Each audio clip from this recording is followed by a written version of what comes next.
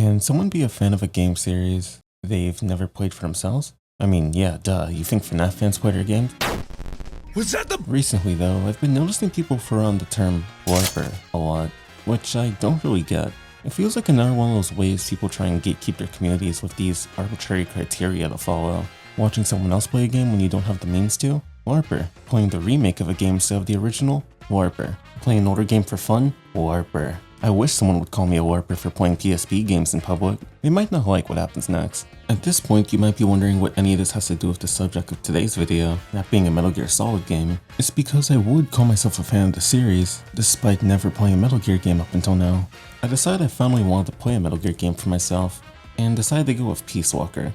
It's one I don't hear talked about very often, and with the Master Collection bringing it to modern platforms soon, I figured now was the perfect time to give it a whirl. Now then, shall we? Hey y'all, Editor Exterms here. Just wanted to say that there's been a change of plans. As I was editing the section covering the story, I came to a realization. I explained it in the most boring way possible, so we'll be skipping that section. To sum it up, Peace Walker's story is very good, and does a good job at showing Snake's inability to move on from the events of MGS3. It was a very engaging narrative all around. I really don't feel good about cutting the entire section, but I know it wouldn't have been very enjoyable. I would feel a lot better if you took the time to subscribe and comment, huh? Anyway, back to narrator me. Moving on, one interesting part of Peace Walker's presentation is in its cutscenes. Whereas other Metal Gear Solid games use 3D models, Peace Walker's cutscenes are 2D. I really love the style of these, though it's hard to put into exact words why. The art style feels rough and gritty in a way that feels perfect for Metal Gear. It wouldn't look right if they had clean anime cutscenes, and also wouldn't look as striking with these expressionless PSP models now, would it? Another aspect of Peace Walker's cutscenes are the QTEs, which are always cool as hell to me, but also caught me off guard at first. They range from shooting down AI drones, chasing robots on horseback, surviving actual torture, reliving killing the only person you ever loved, surviving torture again because you couldn't escape confinement fast enough. The game always keeps you on your toes, even during cutscenes. It's a cute way of making sure the player is always paying attention to the story. Granted, there's no penalty for failure most of the time, but if you're caught off guard, you end up looking like a dork, and that's like worse than death, ain't it? Overall, I absolutely adore the cutscenes in Peace Walker, and they're easily a highlight of the game for me. It gives the game a lot of character and makes the story even more enjoyable to sit through. But we usually don't play games only for the story, right? So, what is the gameplay like? Well, this game was made for the PSP, which only has one analog stick, so there's no move with the left stick, aim with the right stick. I initially thought it was strange, but over time you get used to it.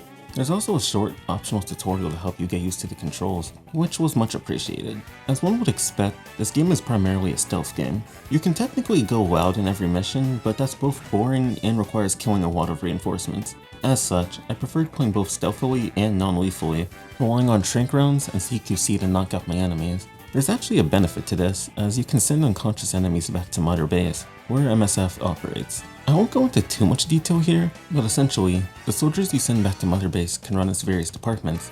This includes R&D, which develops new weapons and items, the combat unit, which you can send out to do missions called Outer Ops, and a few others. While I know a lot of people neglect Mother Base stuff until the end, I actually enjoyed the base management quite a bit. It gave me a breather after missions to collect my thoughts and chill before hopping back into the action. There's more stuff to it, but we're gonna keep it rolling. Most of Peace Walker's standard missions are quite fun. I can only name one, maybe two that I disliked, but overall they're all pretty solid. I played them a lot slower than I needed to, but I had a lot of fun tracking enemy movement and dispatching them quietly.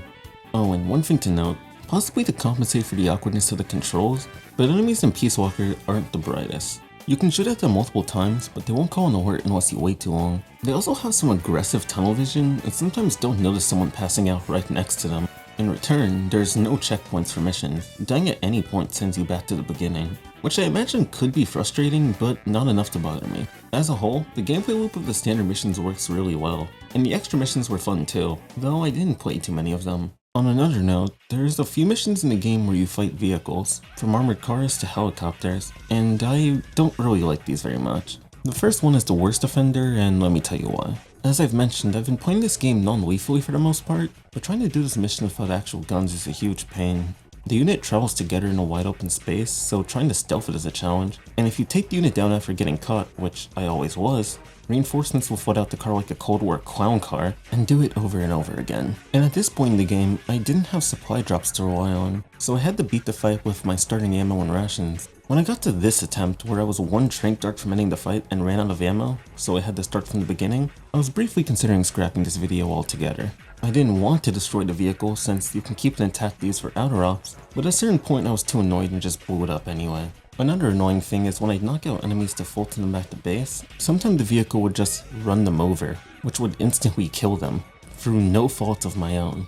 Now, is my opinion heavily due to my own playstyle? Definitely. I will say the battles against the tank and the helicopters are a bit better, as they at least have some terrain to play around with, but even still, the fights felt too one-dimensional for me to really get into them.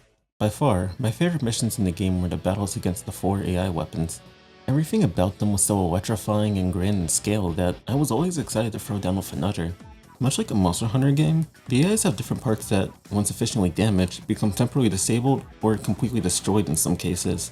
This helps in preventing certain attacks, limiting movement, or in one case, an outright game over. You can also attack the AI pods directly to do extra damage, however, you're incentivized not to. You see, after you destroy the weapon, you can climb in the hatch and pull its AI boards, which you can use in building Metal Gear Zeke back at Mother Base, one of the requirements for the true ending.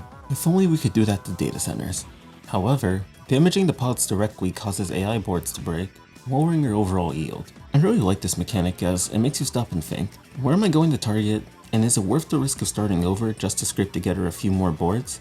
In my case, when I was finding the cocoon, I was so fed up fighting it that I just said screw it and destroyed the AI pod last second. If I kept my cool for just a little bit longer, that would have helped me later, but I was too scared of dying and having to restart. Oh, and in case you were wondering, here's how I'd rank the AI battles. In last place is the cocoon. While I love it as a set piece being this gargantuan fortress of a creation, it's held back by its slower pace compared to the other fights, the lack of engaging attacks, and my bias towards it for taking me over an hour to beat it the first time. Next up is the Pupa. It's an incredibly solid fight and an amazing introduction to the units as a whole. It plays the most like a Monster Hunter fight, with the way it runs around and swipes at you like an animal, or like a cat knocking stuff off your table, whichever one you prefer. While I really like this fight, it doesn't stand out nearly as much as the next two. In second place is the Chrysalis. I initially thought a flying boss would be more annoying and gimmicky, but it's actually structured in a way that makes it a bit engaging. It has two main modes, normal and attack, where it either fires at you while it's flying around the stadium and dipping into fog, or standing its ground and shooting at you directly. It's a fight that makes great use of its surroundings, and it's probably my favorite one from a purely gameplay standpoint. My only real gripe is it ended way too fast for my taste, but otherwise, its aces all the way. In first place is the titular Peace Walker. You technically fight it twice, but I'm talking about the second time. While I actually like the Chrysalis fight's gameplay more, Peace Walker takes the cake with its atmosphere. You're currently the only person that can prevent an all-out nuclear war, with your failure meaning the death of not just you, but entire nations. Throughout the fight, Peace Walker will enter its nuclear launch sequence. You need to do enough damage to it within about a minute, otherwise it's game over. I read online that people recommend aiming for the pod, but I would just aim for a leg with the RPG and that worked for me. That sinking feeling when you need to call in ammo just as it starts to sequence again, the pressure of dodging all the missiles so you don't lose any time, the tenseness of only having a few seconds before the launch is complete. No BS, no gimmicks, just you and her. So while I'm not as in love with Peace Walker's attack pattern, which it didn't even feel like it was targeting me half the time, the emotions I felt fighting it made all the difference. And that about wraps up my thoughts on Peace Walker. There's a whole nother chapter after the main story ends that you have to meet requirements for, but I didn't have a lot of time to do that and make this video to come out on time. Even still, I don't think it would have changed my thoughts on the game as a whole very much, though I definitely do want to go back and play it for myself sometime. Peace Walker is a game I can wholeheartedly recommend, whether through watching a video or playing for yourself. It's a pretty good game. If you made it to the end of this video, I genuinely want to say thank you, from the bottom of my heart. I really want to keep making content weekly, so any kind of support, whether it's through subscribing, commenting, or even just watching all the way to the end means the world to me. Anyway, until next time.